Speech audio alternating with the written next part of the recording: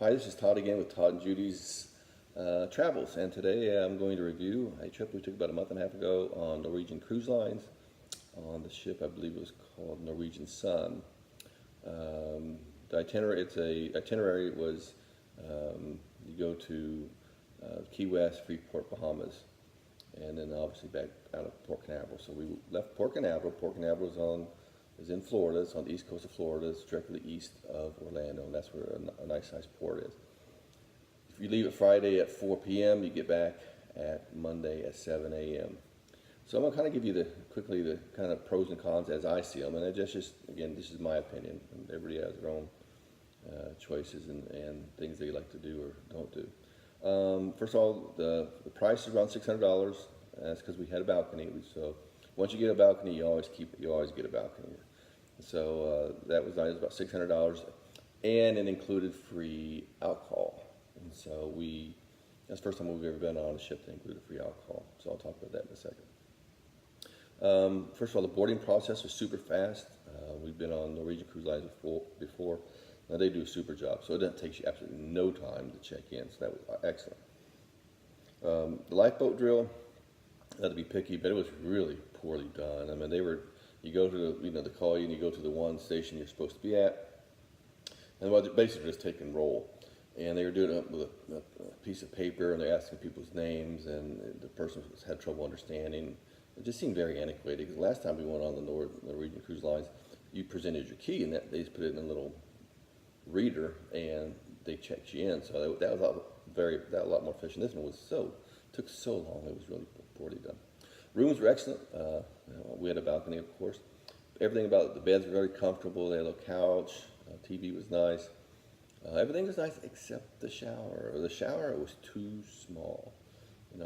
I'm not a small guy by any stretch, but for even a normal person, it's just too small. They need to do something about that. It's just, you got in there and you could hardly move around. Just, it wasn't a really, even a comfortable experience for the most part.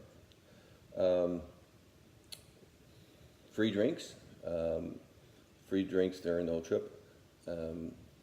So, they didn't skimp on the drinks. So you think, well, give you free drinks, they're going to give you some really bad vodka. They were vodka drinkers, so really bad, really cheap vodka, and they would not give you very much, and you have to come back 10 times. Not true at all. The quality of the vodka was really good, and if you just ask her, say, well, let me have a Grey Goose and a tonic, they'll give it to you at no extra cost. You had to ask for it. But I forget what their basic vodka, but it was perfectly fine. But usually I say, Sky and on the rocks with a splash of tonic, and good. It was nice, strong, wasn't cheap. That was really good.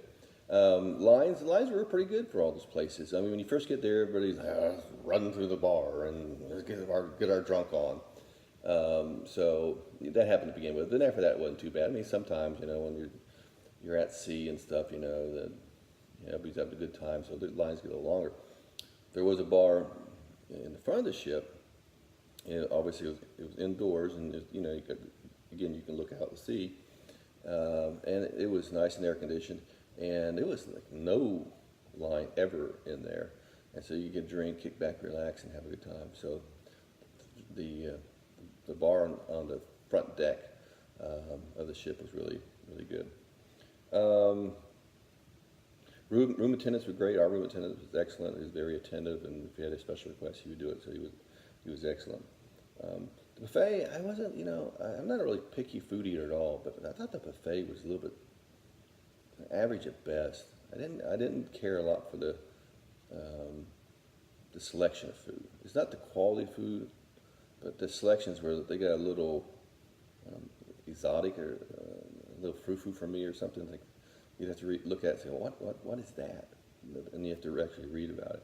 So I don't know if the food was bad per se, but I thought that the selections were not the best. One little thing like desserts, it seemed like they didn't have a lot of desserts like some other places. And like ice cream machines are always the favorite of everybody. And they had an ice cream machine, but it was behind a counter, so you had to ask one of the staff there to get it, and they would get you the ice cream. But it's not like there was a self-serve ice cream machine. And that was that's a little cheesy, I thought. As far as the dinners were good. Typical cruise dinners, Nothing super great, but pretty good. Entertainment, sort of same thing. Kind of basic entertainment, cruise entertainment stuff. And again, fine. All the staff was real friendly, very nice. Our locations, went to Key West. Been to Key West before, so Key West is cool. Busy, a lot of different things you can get into. The Bahamas, Nassau, Bahamas. I've been there before too. I don't really care much for it. It's a lot of people trying to ask you to buy stuff, and kind of same old stuff to buy. Best thing to me do is just go find a beach and kick back and relax, and have a few drinks, have a good time. Ship was very clean, so that was no issue. Staff friendly. For some reason, I felt that the ship was a little tight to me. There's about 2,000 people on the ship, but the layout of the ship, I don't know. Maybe it was just me that time. 'Cause usually that stuff doesn't bother me, but it seemed like I was like crunched up all the time, walking like in the the buffet lines or whatever. So I don't know if that was accurate or just me, but I felt it was a little. To me, it felt a little cramped.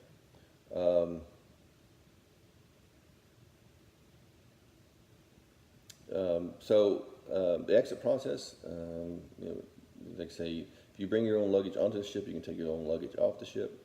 So that's the best way to do it, because you can get off really quick. And it's not, it depends how much luggage you have, I guess, but we always take our luggage on. We got off real quick, and we were out of there in no time. So overall, for the price and the amenities and everything, I thought it was worthwhile. I mean, sure, there were some pros and there were some cons, like there is anything. Overall, I would recommend it. It was a fun time. We look forward to going back to more cruises, but overall, I'd say it's very worthwhile. So I hope you enjoyed this video. If you'd like to see more videos from us, just press the subscribe button down there. I know these videos have a long way to go, but they'll get better. And coming up in September, we have a Mediterranean cruise with MSC Cruises, and we're also going back again to Europe over Christmas time to see Christmas markets. So stay tuned for more. I'll see you later.